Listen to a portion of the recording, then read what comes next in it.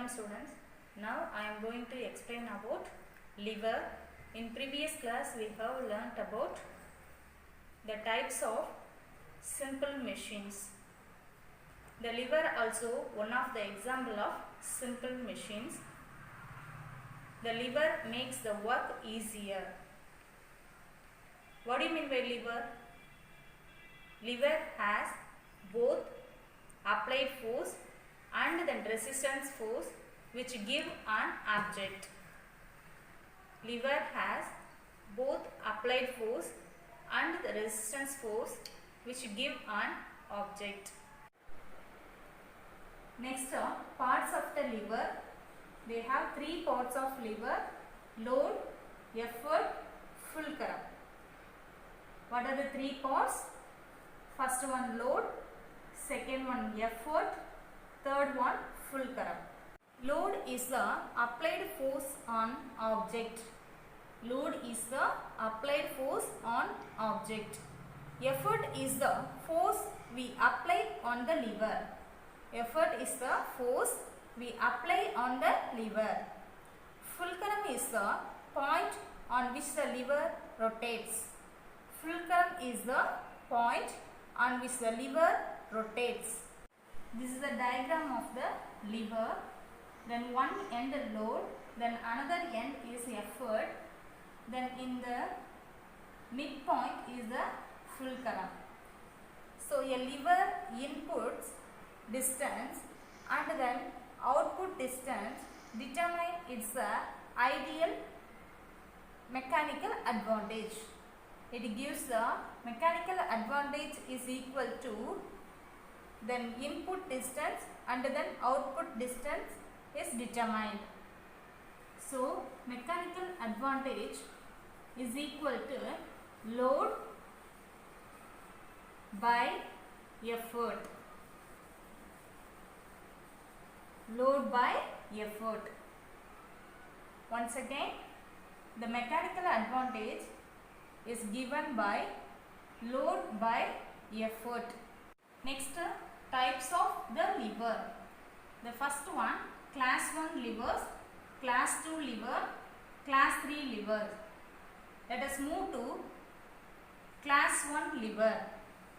First one, class 1 lever. When the fulcrum is between the effort and then load. When the fulcrum is between the effort and then load.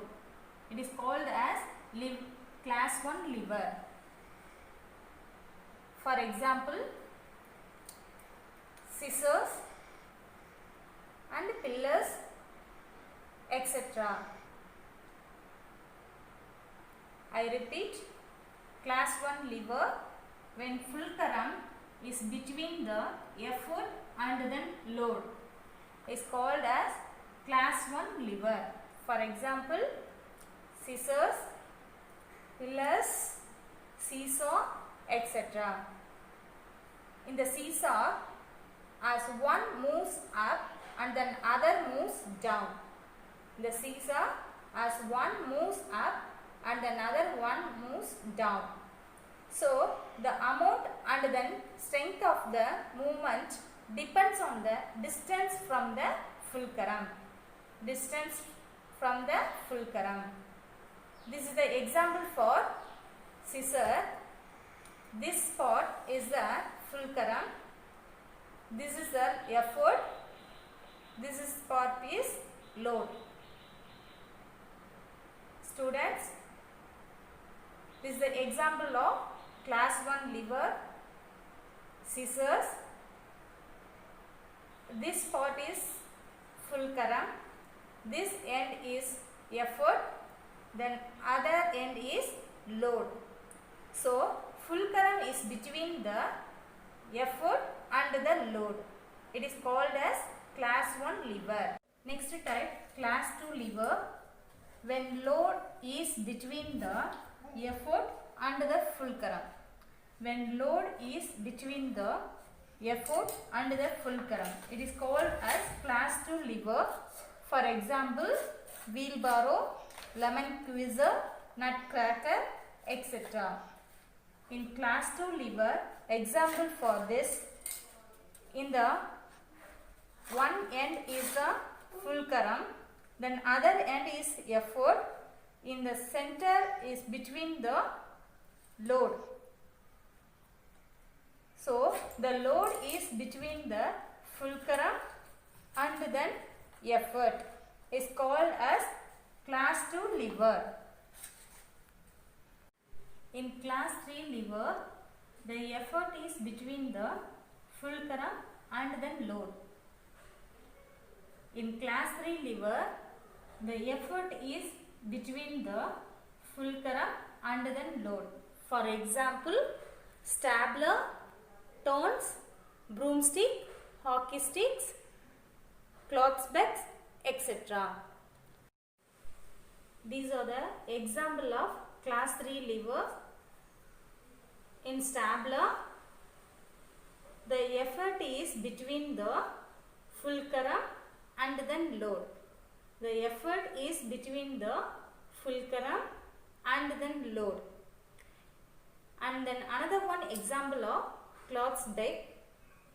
The cloth bag has a very simple use for our daily life. It holds our clothes when they are drying. Once again, in class 3 lever, the effort is between the fulcrum and then load. For example, stapler, tongs, broomstick, hockey sticks, cloth bag, fork, etc. I repeat, in class 1 lever, when the fulcrum is between the effort and the load, it is called as class 1 lever. For example, scissors and seesaw. In class 2 lever, when the load is between the effort and the fulcrum. For example, wheelbarrow, nutcracker, etc. In class 3 lever, the effort is between the load and the fulcrum. For example, stapler, hockey stick, tongs, etc.